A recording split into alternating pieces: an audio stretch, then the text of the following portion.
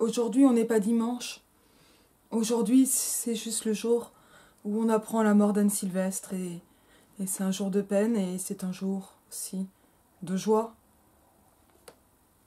parce qu'on en parle et parce qu'on la chante. Je suis extrêmement peinée de la mort d'Anne Sylvestre et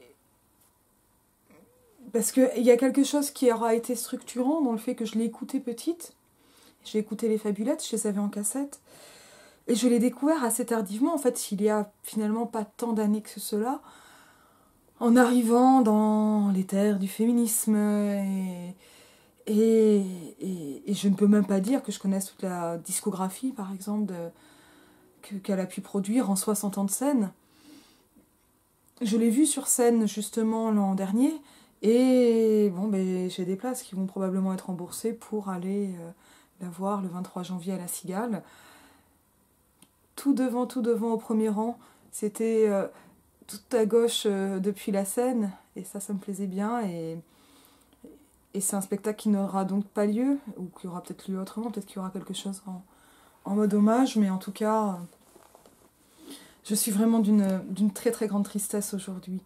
Mais pourquoi j'en parle sur un grain de lettre? Parce que on le savait déjà avant le Nobel à Dylan, mais la chanson et ce genre musical qu'on appelle la chanson française, enfin vraiment, il y a un genre je suis à me faire moi-même mal avec ma bague, c'est la vie. C'est vraiment un genre qui est littéraire. Bien sûr que ça n'est pas que littéraire, et moi je ne suis pas très bonne pour parler de musique. Des fois je mime des chansons de Frank Zappa, ce qui est quand même un comble. Mais j'ai entendu quelqu'un dire tout à l'heure sur France Inter que c'était une immense poétesse, et alors que j'ai la plus grande, etc. Moi, je sais pas si j'aime tellement les escabeaux. En tout cas, les superlatifs, je m'en méfie toujours, mais oui, il y a quelque chose de poésie. J'ai déjà un peu parlé de chansons dans une vidéo un peu ancienne sur Peut-il y avoir un style de gauche, et où je disais, mais en fait, quand on pose cette question-là, on a déjà un canon littéraire en tête, et la chanson, par exemple, répond à ce canon. Et la chanson, bien sûr qu'il y a des chansons de droite, mais il y a une tradition, donc ça c'est vraiment de l'argument extrinsèque, mais il y a aussi quelque chose de collectif dans la chanson. Et j'ai vraiment l'impression qu'Anne Sylvestre a réussi à faire cela, à mettre du collectif dans la voix seule. Il y a quelque chose de psychopompe chez Sylvestre. Alors psychopompe, pompe à vélo, c'est qu'on aspire comme ça, c'est l'évocation littérale, c'est ça qu'on va appeler les âmes des morts, et surtout des mortes, mais c'est-à-dire en fait plus largement dans ces chansons les voix du passé, ou les voix de ceux ou celles qui n'ont pas de voix, surtout celles, ou qui n'en auront pas. Je pense à Non, non, tu n'as pas de nom, qui est une chanson sur l'avortement qui s'adresse au fœtus qui sera avorté, et qui n'est pas dont l'existence n'est pas niée, et où la peine de l'avortement, qui n'est jamais ici présentée comme un traumatisme, mais comme une séparation, est aussi là. Alors, qu'est-ce qui se passe quand on écoute une chanson d'Anne Sylvestre? C'est souvent ça. Je me souviens avoir partagé il y a quelque temps sur une page féministe que j'anime, Petit Bonhomme. Parce qu'une chanson comme Petit Bonhomme, c'est une chanson qui est en fait un mode d'emploi rigolard. En fait, c'est même un peu potache, c'est souvent comme la vaisselle, des chansons comme ça. Potache, mais en fait, peut-être qu'Anne Sylvestre montre que justement on peut être potache sans être viriliste. Et ça n'est pas rien. Comme l'a fait d'ailleurs le MLF, hein, en étant encore plus potache, le MLF. Mais j'aime bien les potacheries et tout. J'avais même écrit un manifeste potache il y a je sais pas, 2-3 ans. Et il y a plein de choses compliquées dans le potache. Parce qu'il y a souvent une couille dans le potache. Pardon, mais je suis contente d'arriver à être contente aujourd'hui, alors que ça a été si difficile. Et ça m'a fait la même peine que quand Agnès Varda est décédée, enfin. Et là aussi, j'avais fait une vidéo, comme pour d'ailleurs la mort de Michel Legrand. Mais la mort de Michel Legrand, il y avait d'autres choses qui se passaient à ce moment-là aussi. Je m'en veux de faire des blagues aussi potaches. Mais le... Et je m'en veux, mais alors qu'est-ce que ça me plaît. Mais quand on écoute Anne Sylvestre, quand on écoute une chanson d'Anne Sylvestre, on a une voix très belle. Voilà. Une tessiture. Mais ça va pas du tout faire comme quand on écoute du Céline Dion, et je parle même pas des paroles. Hein. C'est-à-dire qu'on n'est pas dans du chant de démonstration. On est beaucoup plus dans une voix qui va nous parler. Et pourtant, on va avoir très souvent des accompagnements instrumentaux assez élaborés, mais on les oublie. En fait, j'ai souvent l'impression qu'elle chante a cappella parce que la musique va vraiment venir soutenir, mais on n'a pas quelque chose de l'ordre du grand crescendo qui serait au premier plan, ou de la syncope comme chez donc les ruptures de rythme chez Zappa. Et donc, voilà, quelque chose qui est de l'ordre de la virtuosité, ce qui ne veut pas dire que c'est facile à faire. Loin de là, au contraire, le très simple est très difficile. Brassens en est une démonstration éclatante. Hein. Et qui permet de raconter à la première ou à la troisième personne, hein, le plus souvent, quelque chose. Et c'est vraiment comme une écriture qui passerait par l'anecdote. Il y a déjà longtemps que je pense que le féminisme a permis une nouvelle épistémologie, notamment par la mise en avant, par la valorisation du témoignage. Non pas comme relativisme, comme toutes les opinions se valent, mais parce qu'il faut bien donner une valeur à ce qui ne peut pas encore être étudié, parce il va falloir l'étudier, mais on n'y est pas. Parce qu'il y a quelque chose qui va s'élargir, et ce n'est pas du tout un hasard si Christine Delphi reprend l'exemple du cogito cartésien, des méditations métaphysiques. Il y a quelque chose qui se joue ici en épistémologie et en témoignage, et qui est extrêmement fort et qui m'intéresse prioritairement, et qui m'a vraiment portée. Parce que ce qu'on peut voir d'Anne Sylvestre, c'est comment elle donne une voix au silence. Pas seulement ou de loin à l'absence, mais vraiment au silence. Et j'ai l'impression de dire des banalités monstrueuses en disant cela. Mais voilà, si on prend Clémence est en vacances, on a vraiment quelque chose qui est de l'ordre de l'anecdote, qui théoriquement est extrêmement étayé, je pense, hein, de lecture et de réflexion et d'écoute de femmes. Mais en fait, c'est vraiment comme du Varda pour ça. Et c'est vraiment le pendant de Varda. Elle va montrer sans démontrer, et sans la démonstration, donc sans le tour de force, avec quelque chose donc, qui peut être souvent intimiste, mais j'ai pas la sensation d'un truc qui serait de l'ordre de la musique de chambre ou quelque chose comme ça. On l'a aussi avec Pigalle, qu'on voit pas ici, si on le voit là, qui est le groupe que j'aurais le plus vu en concert, hein, très probablement. Mais c'est tous ces moments où la chanson peut raconter quelque chose qui va souvent être incarné, mais qui en même temps a valeur d'universel. Et dans lequel on va donc pouvoir se projeter très facilement, s'identifier. Et la musique va aider, bien sûr, la musicalité même des paroles va également porter cela. Et bien sûr, avec Anne Sylvestre, avec 60 ans de scène, il s'est passé cette chose que l'on sait aussi, que écouter une sorcière comme les autres, c'est écouter une chanson qui parle à plusieurs générations de féministes en même temps. Maintenant, plusieurs générations. Et il y avait quelque chose dans son succès qui est relativement restreint, ou un public presque de niche, mais public très fidèle, qui était de l'ordre de l'initiation, et qui est toujours de l'ordre de l'initiation. Alors, bien sûr que c'est un truc qui va être un télo bobo gauchiste, si l'on veut, et c'est tellement insultant de le voir comme ça, et parce que ça n'est pas que cela, enfin... c'est que déjà c'est rare des femmes qui chantent, l'une chante, l'autre pas. Et c'est... Et comme ça, avec de telles carrières, je suis très très émue d'avoir vu Dominique Grange en concert, d'avoir discuté avec elle. C'est vraiment quelque chose qui est important. C'est un autre style, Dominique Grange, bien sûr. Mais on peut aussi s'en rapprocher. Mais il y a quelque chose comme ça dans la chanson qui fait qu'on nous murmure quelque chose à l'oreille. Et Anne Sylvestre, elle a beaucoup murmuré à l'oreille des femmes, de cette façon-là. Et je ne suis pas d'accord, hein, nous les femmes qui n'avons pas d'histoire.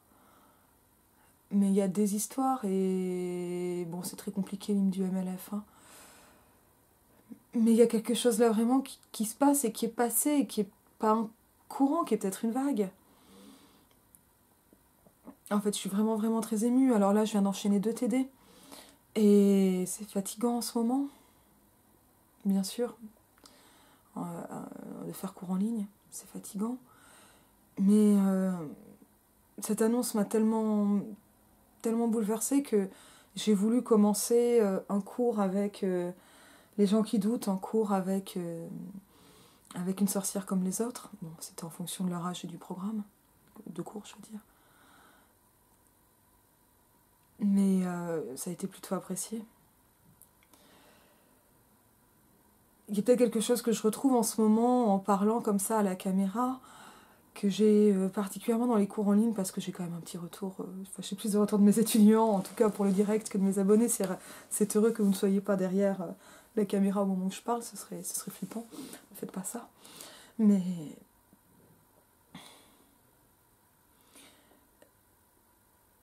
je sais pas, quand je l'ai vu en concert l'an dernier à la Cigale, c'est la première fois que j'allais à la Cigale, et puis bon, c'est encore un de ces trucs que j'ai fait toute seule parce que je suis une fangirl et que j'avais envie de le faire et que je me disais, mais c'est tellement important, ça coûtait super cher. Mais j'étais heureuse déjà sur le trajet, en y allant. Il y avait tellement de monde que j'ai même pas essayé d'avoir une dédicace, parce que pourtant je fais facilement, mais j'avais eu une mauvaise expérience Michel Legrand, enfin c'est-à-dire pas de dédicace. Et je regrette même pas, c'est comme ça. Et quand elle est arrivée sur scène, j'ai pleuré parce que moi je suis une pleureuse, mais j'étais tellement émue. Et quand elle a chanté Une sorcière comme les autres aussi, et plein d'autres chansons, et une ou deux que je trouvais pas forcément aussi bonnes, mais moi j'aime bien les chansons pas bonnes aussi. Alors j'écoute de la pop, et la pop c'est pas forcément mauvais en soi, mais j'aime bien les bluettes, j'aime beaucoup les bluettes. Et puis des chansons avec moins de profondeur, mais c'est très bien en fait. Et une chanson n'a pas, comme la littérature, Exegi Monumentum, on n'est pas obligé quoi, d'ériger ici, j'érige un monument. C'est super en fait quand ça périme, quand c'est obsolète, quand c'est oublié, quand ça aura duré un temps et quand ça correspond à une actualité et que c'était l'air du temps. Et à côté de moi, il y avait une autre jeune femme qui était seule et qui a pleuré aussi. On ne s'est même pas parlé. Et en même temps, j'ai un moment un peu filmé pour une autre jeune femme de mes amies que j'aime vraiment beaucoup. Allez voir sa chaîne, c'est Mylène Tournier, c'est une très belle poétesse. Bonjour Mylène. Mais je pense fort à toi aujourd'hui. Mais voilà, je vais pas souvent en concert, mais ça a été un grand bonheur et j'espérais pouvoir partager ce bonheur avec ma grand-mère qui aime bien Anne Sylvestre, qui la connaît, je pense pas aussi bien que Jean Ferrat, parce que Jean Ferrat c'était Jean Ferrat. Mais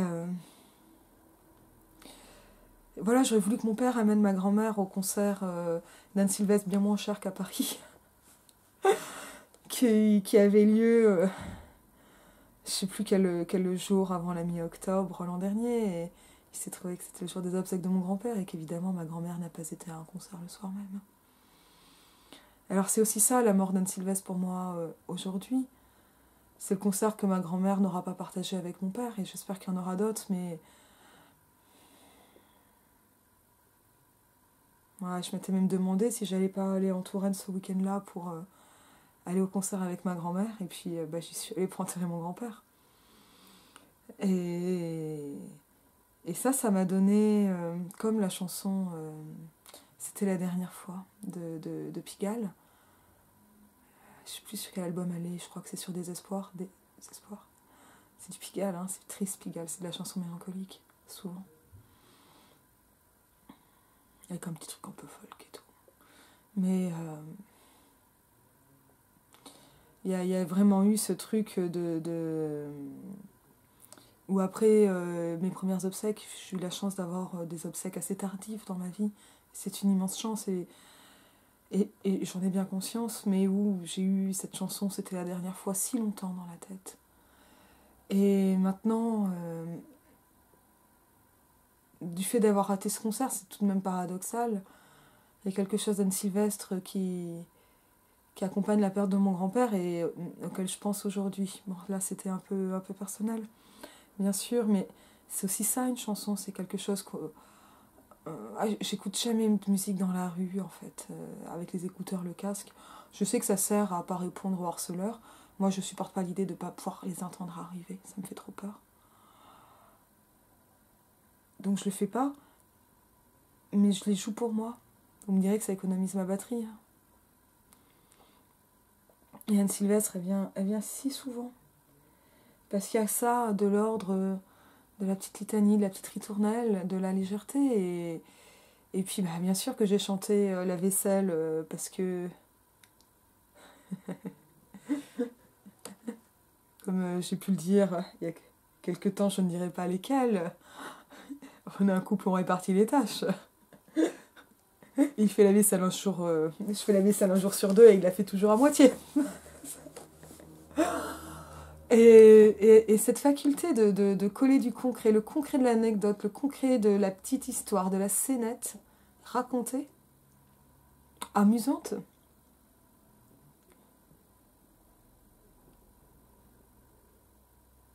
Et d'en faire vraiment quelque chose dont on sent la portée universelle, mais qui en même temps, la chanson peut être une réponse. Voilà, avec ces chansons-là. Ces chansons peuvent être une réponse, un mode d'emploi, et ce serait... Je supporte pas cette fonction transitive de la littérature, genre porteuse de messages. Mais s'il y avait un message dans l'œuvre, pourquoi ça n'a pas été dit, quoi. Mais là, ça me paraît très beau et très simple et très pur et très vrai. Et c'est rare qu'on ait le sentiment du vrai. Alors là, je repense à la mort de Barbara, où j'étais vraiment petite. Et en fait, c'est étonnant parce que Barbara, c'est une des premières morts que j'ai vues au JT et ils ont passé l'Aigle Noir et je connaissais pas Barbara en fait. Je l'ai découverte à sa mort et c'est bien triste et j'ai tellement de chance d'avoir pu écouter et voir Anne Sylvestre. J'ai tellement de chance. Mais il y a ce petit truc comme ça dans le petit air, dans la petite chanson qui nous vient de loin. Et qui parfois fait vraiment une peine immense quand on se dit que c'est toujours là, mais qu'on n'aura plus que la reproductibilité mécanique et qu'on perd l'aura. L'unique apparition dans le lointain, pourtant proche. Voilà, c'était mon petit famage, c'est-à-dire un hommage féministe à Anne Sylvestre pour ces quelques mots et sur la beauté qu'il y a d'écouter Anne Sylvestre, non pas seulement entre femmes, mais de savoir qu'on ne l'écoute pas seule, même quand on l'écoute depuis la solitude. Je vous dis à bientôt.